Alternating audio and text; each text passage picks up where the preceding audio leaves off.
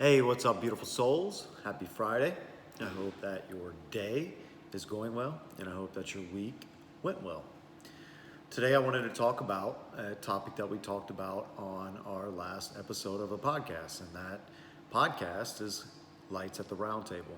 If you haven't heard it, go check us out. We're on all major platforms, one episode a week, just sharing our light. The round table is a place where people come to discuss and lights, we're all carrying our own authentic light. So, lights at the round table seem like a good fit for the name of the podcast. So, go check us out. But this past week on the episode, we discussed epigenetics and nature versus nurture. And what epigenetics is so epi means above. So, above genetics. Over the last couple decades, science has made some great leaps and discoveries in the way we can regulate our genetic expression, and it's really been empowering to those that believe and follow practices to regulate your genetics, such as affirmations or positive thinking, or just flat out awareness of your thoughts and your actions and becoming aware or conscious of how you live your life. And so to give an example, if you come from an angry household and generation after generation after generation has anger issues, then genetically you have a predisposition to be an angry person. Well, what epigenetics is showing is we can upregulate and downregulate the way our genes express themselves. So you're still going to have the same genes, but the way they express themselves can be manipulated through the power of belief, the power of thought, the power of positive action and routine. And how beautiful of a time is that to be alive when humanity is coming to realize that we truly are the creators of our reality through our practices, our thoughts, our actions, the way we perceive events and people in our lives, and the way we integrate the lessons that we've learned, and the way that we become aware that there are lessons in everything and everybody that we encounter. So I highly encourage you to go check out the latest episode.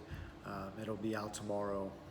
And we're creeping up on 50 episodes, so that's really exciting. But we take a deep dive into epigenetics and the science of how genes express themselves. And we talk about nature versus nurture, and how we all found it kind of comical that, how it's such a dualistic approach as nature versus nurture, when now over the last couple decades we've come to realize that both are very, very important to our personality and how we perceive things in our lives. So I just want to use this message to empower you and to let you know that you do in fact create your reality on how you perceive things, and the programming that you choose to take in and absorb, and to program your being with and your consciousness with. So be mindful of the food you're taking in. Be mindful of the music you're listening to, the television programming. It's programming. It's in the name. And words carry power, and there's no coincidence that they call it TV programming, because they are programming you from an external source on how you should believe, what you should buy, what you should think, what you should consume. And it's so detrimental to our mental health and our spiritual health, and even our physical health, because we're sitting in front of a TV all the time watching television. We're not active, and we're not moving energy, and we're not processing information. We're not processing the light. We're just sitting. And being 75 to 80% water in our being, stagnation in water creates disease and bacteria and viruses. So you've got to move. Get off the couch and move. No matter what you're doing. You don't have to go out and run 30 miles.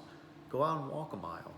Go do some jumping jacks. You know, so often I hear excuses that I don't have time. I don't have time to create a routine. I don't have time to create a routine. Well, you do. You're just lazy.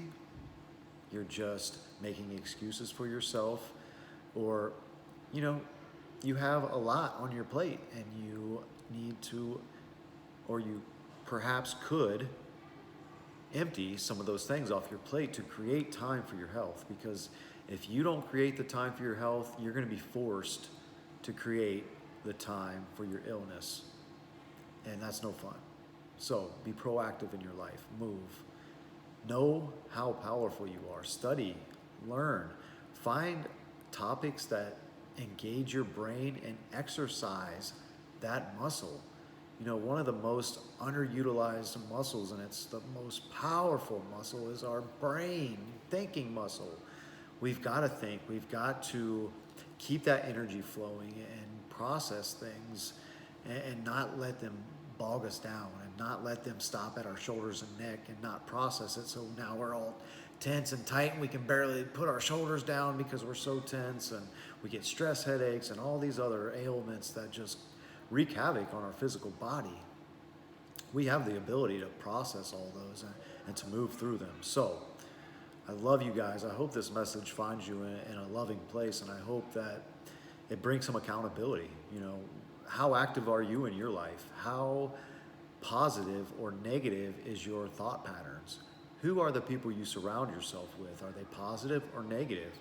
Are they people that like to gossip about other people? Are they people that most likely gossip about you behind your back, if they are that type of people? You know, it's not just because somebody gossips about other people when you're around doesn't mean they're not going to do it when you're not around about you. So keep that in mind.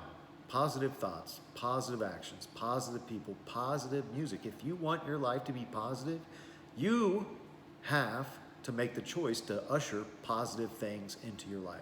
So empower yourself. Have a wonderful weekend, and I love you all so very much. Peace. Lights at the Round Table. Check us out. All major platforms.